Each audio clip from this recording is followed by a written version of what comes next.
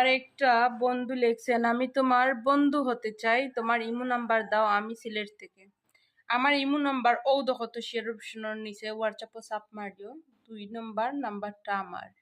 ঠিক আছে, আমার ইমোতে যোগাযোগ করো, আমি তোমার লগে বন্ধুত্ব করতে রাজি। 1 কেজি বাগুন লাগবো, বাগুন দিয়া কিতা করেন বাকিটা আর কইলাম না। 1 কেজি বাগুন আনাইতাম হইব। আচ্ছা ভাবি, ভাই আপনারে বেশি ভালোবাসে নাকি বেশি রাগ করে? সেটা তো কখনো হিসাব করে দেখি নাই, তবে যতটা রাগ করে ততটাই ভালোবাসে। ও আচ্ছা, তা আপনি বুঝেন কি করে কখন ভাই ভালোবাসার মুডে থাকে আর কখন রাগের মুডে থাকে? অরুণ ভাই, বোঝার কোনো উপায় নাই, রাগ হইলেও প্যান্টের বেল খুলে, ভালোবাসতে গেলেও প্যান্টের বেল খুলে। সবাই ঈদের মার্কেট করতেছে, আর আমার কিপটে জামাইটা আমার একটা শাড়ি পর্যন্ত কিনে দিল না। আরে কোথায় সবাই ঈদের মার্কেট করতেছে? সবাই তো মার্কেটে গিয়ে দেখতেছে যে মার্কেটে কি কি উঠছে। বাজে কথা বইলো না, পাশের বাড়ির ভাবির 3টা শাড়ি কেনা হয়ে গেছে। কি উল্টা পুল্টা কথা বলতেছো? শাড়ি দেখলেও শোনো না, ওগুলো তো সব জাকাতের শাড়ি। আমারে কি পাগল বুঝাও? এই, তোমারে কে ফোন দিছে? লাউড দিয়ে রিসিভ করো তো। হ্যালো। অরুণ ভাই, আপনি আমাকে কি শাড়ি দিছেন? যে দেখি সেই বলে জাকাতের শাড়ি। Bye bye, tata. একটা বাচ্চা ছেলে কমেন্ট করছেন, বইরা মানুষের উপরে লোভ নাই তো আমাদের মতন ছেলেদের।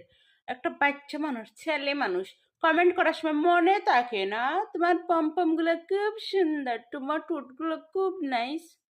যে কয় আমারে, আমারে জেনে কয় তারা যে তোমার পম্পম অত বড়। আমার পম্পম আমার আল্লাহ আমারে দিছুন। হ্যাঁ, তোমরা সমস্যা কিতা? তোমরার গরত্ব আছে বউ আইন, তোমরার গুন্তরত্ব বড় আছে কি ফুরু আছে আমরা ফরার কোনো। আমি সিলেটি পড়ি, রুমি লাবণ্য। আমি প্রবাসীর বউ, আমার একটা বালা বন্ধু লাগবো।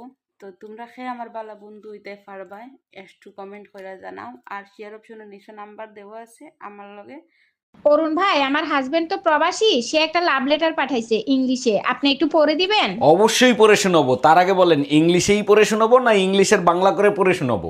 ইংলিশে যদি বুঝতাম তাইলে কি আর আপনারে দিয়ে লাভ লেটার পড়াইতাম? আচ্ছা ঠিক আছে, আমি বাংলা করেই শোনাচ্ছি। অরুণ ভাই, বুঝেন তো, হাজবেন্ডের লাভ লেটার আপনি শুধু পড়বেন কিন্তু শুনবেন না।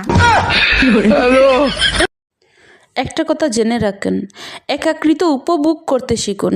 পৃথিবীর সবচেয়ে সুখী মানুষের তালিকায় আপনি থাকবেন, এটাই বাস্তব।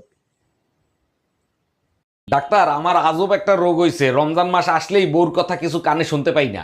আরে ভাই, এটা রোগ না, এটা রহমতের মাস, তো আল্লাহ আপনার উপর রহমত করছে। আরে ডাক্তার আসতে বলেন, কেয়ামত বাইরেই বসে আছে। আজ তুই বাসায় আয়, কানের ভিতরে গরম তেল দিয়া রহমত আর কেয়ামত দুটাই বের করব।